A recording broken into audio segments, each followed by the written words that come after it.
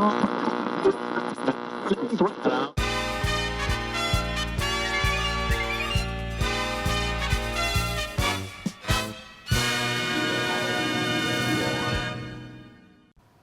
Muppum, welcome back to the Midweek Update. In today's episode, we'll be looking at a local father and son business, the effect that young umpires have on the community, and a look at the end of the year schedule and our final senior exit interviews. This and more on this week's Midweek Update. I'm Bridget Flanagan. And I'm Christina Pena, and welcome back to the Midweek Update, the B&B show that brings you closer to the people and places in and around the Muppum community. Tina, I cannot believe this school year is basically done. I know, I'm kind of thankful that junior year is done, but I'm not ready to be a senior. I feel the same way, but at least we have a little bit before we're officially seniors. Yeah, I'm looking forward to summer. I think I might be going on vacation.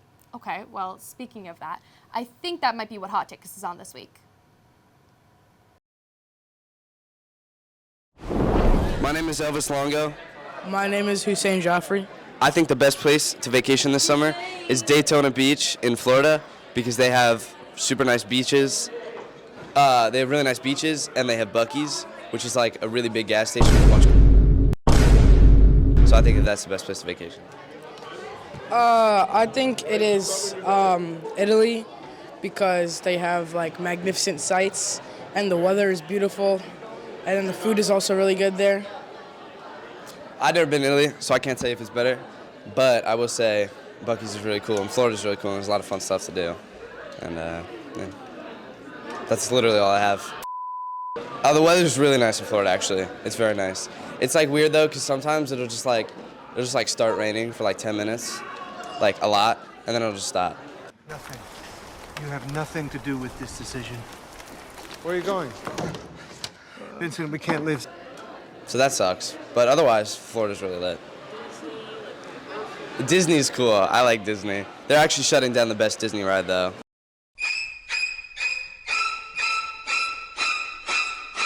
So that's upsetting. They're shutting down Muppet Vision 3D, and I'm very upset about that. So if Disney, if you're watching this, bring it back. Do you have anything else to say? Again, I think Italy is great because, you know, it's fun. There's many activities to do there as well. You know, if you're a soccer fan, Italy's great to go there. And Florida has the Daytona 500, which is the race, which that's super cool to see because it's like, you know, you don't get to see racing a lot, so it's cool to go to Florida and watch that.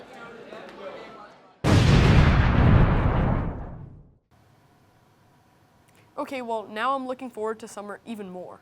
I mean, me too. I think I'm gonna go volunteering or something this summer. You know, something to help the community. Well, Bridget, it's funny you say that. I was just thinking about a local business that is big on helping out. What are you talking about? John's Crazy Socks. Come on, Bridget. I know you've definitely heard about them. Well, it's kind of ringing a bell now. Businesses are always looking to find their niche. Here in Farmingdale, one father and son duo truly found theirs in selling just one product, socks. I said I want to sell crazy socks. Why socks? It's fun, it's colorful, it's creative. It's always let me be me. I want crazy socks my whole life. So there you do. There you have it, right? John was inspired because he couldn't find a job. Right. And inspired to sell socks because you wore socks your whole life. We used to drive around looking for them. Yes. We figured this. If John loved them that much, surely other people did too. And we could find those people. John's struggle with finding employment is representative of a larger issue within the United States, as disabled people continue to have trouble finding jobs.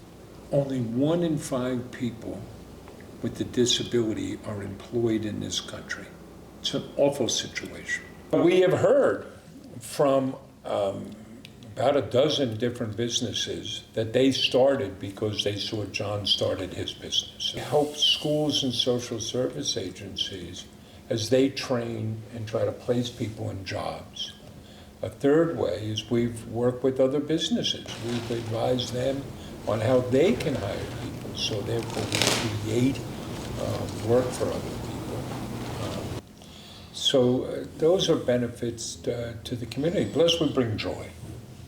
Absolutely. You do your dance party. Dance party. Weekly dance party. We have people walking in here all the time. Yeah. It's great fun. Besides the success the company has had from a commercial standpoint, the more important part is the legacy that they leave behind for other disabled business owners. My advice for you guys today is follow your heart, follow your dreams, work hard, show you can do.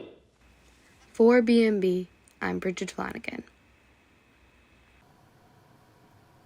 Wow, what a great story. That reporter was great too, if I don't say so myself. Okay, Bridget. Whatever, Tina.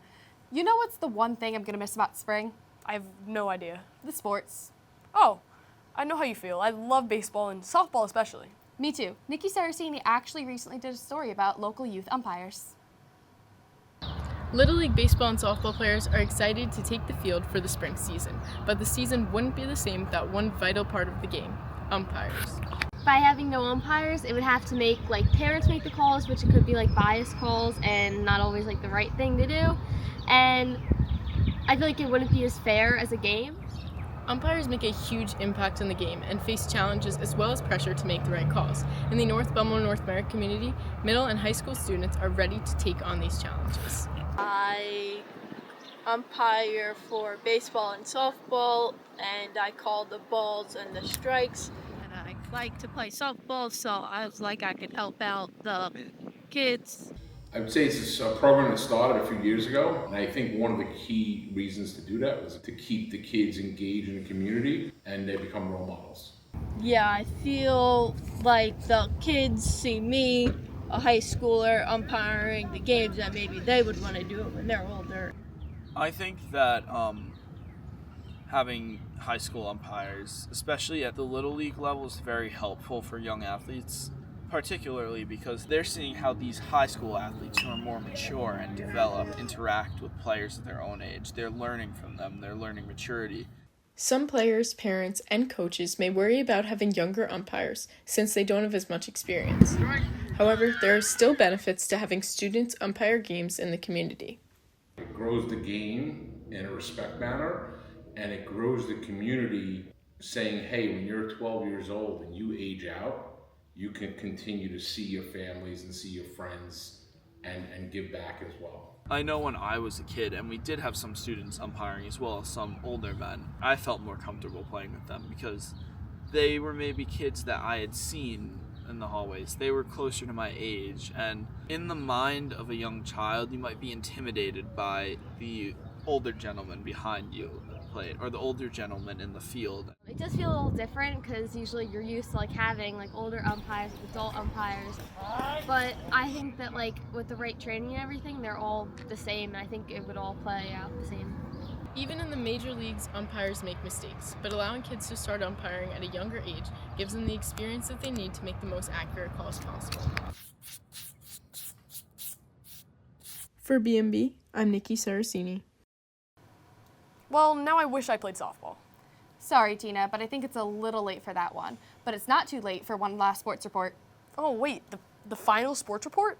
I know, Tina, but no crying until it's done. Let's send it over to Jake Maxwell for the last midweek sports.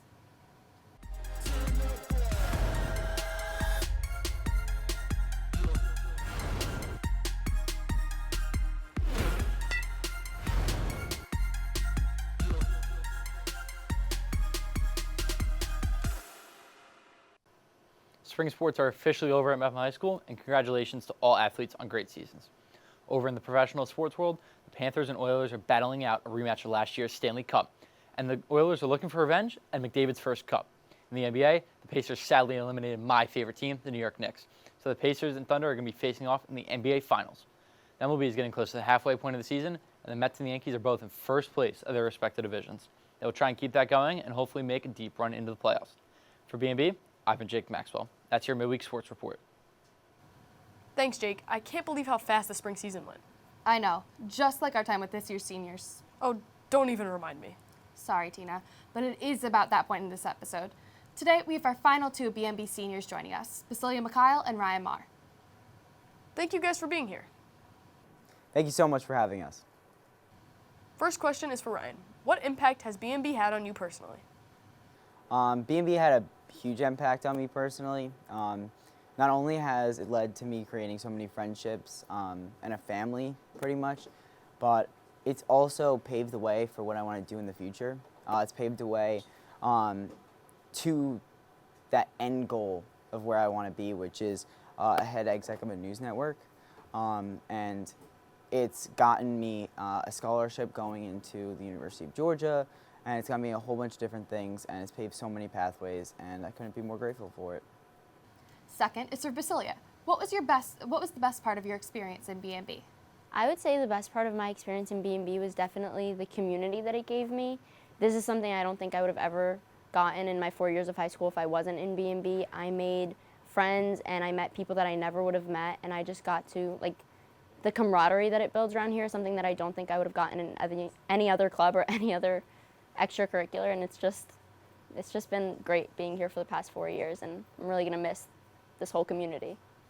Thank you guys so much for coming today and for everything you've done for B&B over the last few years. Thank you guys for having this interview.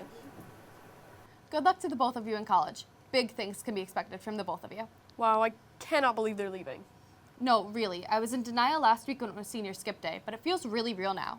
Yeah, the halls are going to be thinning out a lot more. But I mean, we're still here. Yes, unfortunately we are. Dana Stone has more on that. I'm here on the Mepham Field, where in just a couple of days, the seniors will be walking across to finally graduate. But this year is different than the past. The seniors this year are early graduating at 2 p.m. on Sunday, June 8th. So while the rest of us will be working hard until June 12th, the seniors will be free. Thank you to all the seniors in the class of 2025 that have shaped this year in the best way possible. We will miss you guys so much. That's all for me. I'm Dana Stone, sending it back to the studio. Thanks, Dana. It is so crazy that the end of the year is so close. It really is, Bridget. This year went so fast, but unfortunately for us, we've reached the end of the episode.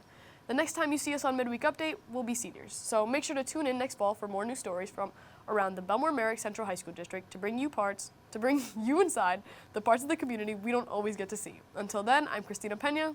And I'm Bridget Flanagan. And have a wonderful summer, Mepham. Okay. What am I?